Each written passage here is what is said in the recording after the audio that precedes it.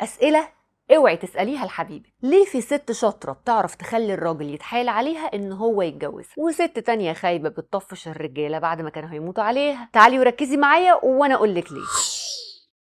طريقتك ومعاملتك في اول العلاقة هي اللي بتحدد مستقبلكم مع بعض، واول حاجة في العلاقة دي هي نوع الاسئلة اللي انت بتسأليها وطريقة السؤال. يعني مثلا بعد اول شهرين 3 من الارتباط تلاقي مثلا ان بدأت خروجاته تقل، هتلاقي مثلا ان بدأت مكالماته تقل، اهتمامه تقل، خروجاته اتعدمت. فانت بسرعه هتشغلي الاسطوانه. طبعا انت ما بقتش بتحبني ليه، انت ما بتتصلش ليه، انت اتغيرت ليه، انت مش بتهتم بيا ليه، انت عرفت مين خايب ليه؟ عشان انت عبيطه وعلى نياتك فبتسالي الاسئله دي وبتوصليه لهدفه وخلاص بتعرفيه انك وصلتي لاخر رحله الصيد بتاعته. امال تعملي ايه في الحاله دي بقى؟ كوتي خالص.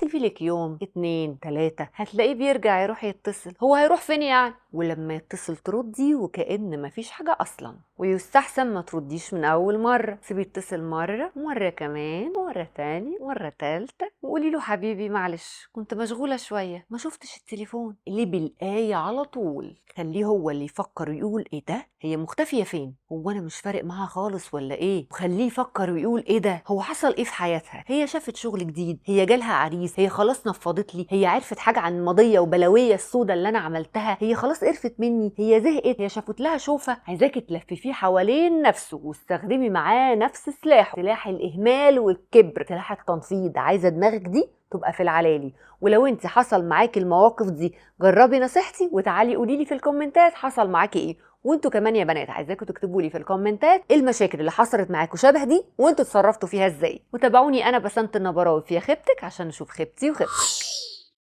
يا دي النيله، ايه المشاكل اللي زي دي؟ لا ايه ليه في ست شاطره وناصحه تعرف تخلي الراجل يجري وراها؟ من الاول كنا من الاول صح كنا بنقول ايه بقى؟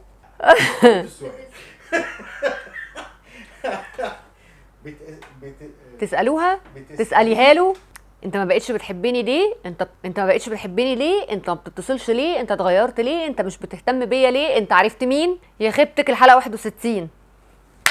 اختفي لك يوم 2 3